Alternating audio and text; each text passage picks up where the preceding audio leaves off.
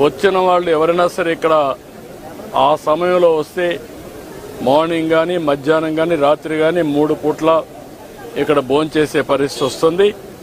5 రూపాయలకే భోంచేస్తున్నారు. చాలామంది అనేక పనుల కోసం బయట వస్తారు. ఒక ఆటో డ్రైవర్ కావచ్చు, ఒక ముఠా కార్మికుడు కావచ్చు, లేకుంటే రోడ్లు క్లీన్ చేసే కార్మికులు కావచ్చు, లేకుంటే ప్రజలు కావచ్చు, ఇలాంటి వాళ్ళు చాలామంది ఉంటారు. ఎక్కడన్నా భోజనానికి పోవాలంటే 100 రూపాయలు మినిమం ఒక పూటకు డబ్బులు పే చేసే పరిస్థితి వస్తుంది. అక్కడ కూడా పౌష్టికాహారం దొరికే పరిస్థితి లేదు. ఇవన్నీ పరిష్కారం కోసం పెట్టాం. ఈరోజు ఇక్కడ ఏదైతే ఈ ఫౌండేషన్ ఉందో మన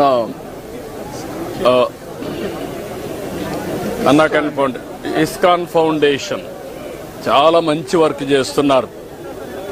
అది కూడా సెంట్రలైజ్డ్ కిచెన్ పెట్టి అది కూడా చాలా పౌష్టికాహారం కానీ వెరైటీస్ కూడా పెంచి రుచికరమైన నాణ్యమైన ఫుడ్ పెట్టే పరిస్థితికి వచ్చారు.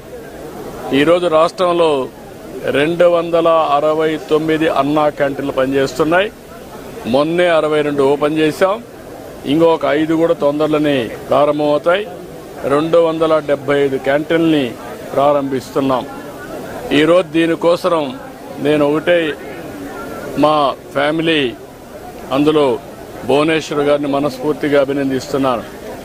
ఈరోజు నా పుట్టినరోజు సందర్భంగా 76 లక్షల రూపాయలు రాష్ట్రం మొత్తం అన్ని అన్నా క్యాంటీన్లో ఫ్రీగా 3 పూట్ల భోజనం పెట్టడానికి ముందుకు వచ్చారు. ఒక స్ఫూర్తిదాయకంగా నిలిచారు. ఈరోజు నేను ఒకటే ప్రజలందరికీ విజ్ఞప్తి చేస్తున్నా, ఇది ఒక స్ఫూర్తిదాయకమైన కార్యక్రమం. అన్నదానం అన్నింటికంటే మహాపవిత్రమైనది. అలాంటిది మనందరం కూడా గుర్తుపెట్టుకోవాల్సింది, మీరు ఒక పూట కానీ లేకపోతే ఒక క్యాంటీన్లో కానీ ఒక రోజు కానీ మీకు శక్తి ఉంటే మొత్తం కానీ మీకు తోచిన విధంగా అన్నదాన కార్యక్రమంలో మీరు భాగస్వాములు కావాలని పిలిపిస్తున్నా. ఇది ఒక స్ఫూర్తికి ఒక ప్లాట్ఫామ్. ఇది ఏదో నేను ఎవరిని బలవంతం చేయడం లేదు.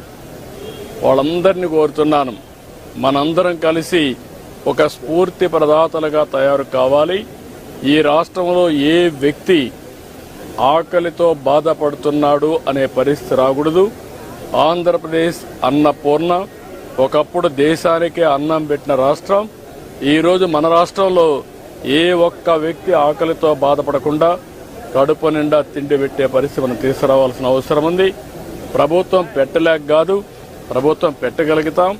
దానికంటే ముఖ్యంగా ఒక స్ఫూర్తికి ఇది ఒక ప్లాట్ఫామ్గా తీసుకుని మీరందరూ భాగస్వాములు కావాల్సిన అవసరం ఉంది. ఇది ప్రజా ఉద్యమంగా ముందుకు పోవాలి. నేను అందుకే P4 తీసుకొచ్చాను. P4 కూడా ప్రభుత్వం, ప్రైవేట్, పబ్లిక్ భాగస్వామ్యం. అందులో అన్నా క్యాంటీన్ కూడా ఒకటి. ఇది ఒకటే కాదు, డబ్బులుండే ప్రతి ఒక్కరు కూడా టాప్ 10%, బాటమ్ 20%ని అన్ని విధాలు ఆదుకోవాలి. అందుకే పేరు కూడా MBK అని పెట్టాను. మార్గదర్శి బంగారు కుటుంబం 10-20, 10-20, పైనుండే 20 మంది, 10 మంది, కింద నుండే 20 మందిని అనునిత్యం ఆదుకునే కార్యక్రమం చేయాలి. అది కూడా ఒక పూట ఏదో ఇచ్చేయడం కాదు. ఒక పూట కాకుండా వాళ్ళని short term, medium term, long term ఈ 3 దృష్టిలో పెట్టుకుని మనతో సమానంగా వాళ్ళ పైకి తీసుకొచ్చే పరిస్థితి, అన్ని విధాలు ఆదుకుని సమాజంలో ఆర్థిక అసమానతను తగ్గించే దిశగా అందరూ ఆలోచించాల్సిన అవసరం ఉంది. అదే నిజమైన ప్రజాస్వామ్యం, అదే సమాజానికి స్ఫూర్తి. అలాంటి కార్యక్రమంలో భాగంగానే ఈరోజు ఇక్కడికి వచ్చినప్పుడు నాకు చాలా సంతోషం కలిగింది. చాలామందితో ఇంటరాక్ట్ అయ్యాను. వాళ్ళ ఆనందం చూస్తే నాకు చాలా తృప్తినిచ్చింది. ఈ కార్యక్రమానికి సహకరించిన భువనేశ్వర్ గారిని మనస్ఫూర్తిగా అభినందిస్తూ, కుటుంబాన్ని మనస్ఫూర్తిగా అభినందిస్తూ మరొకసారి రాష్ట్రంలో అందరికీ విజ్ఞప్తి చేస్తున్నా, ఆంధ్రప్రదేశ్ అనే మాట అన్నపూర్ణ.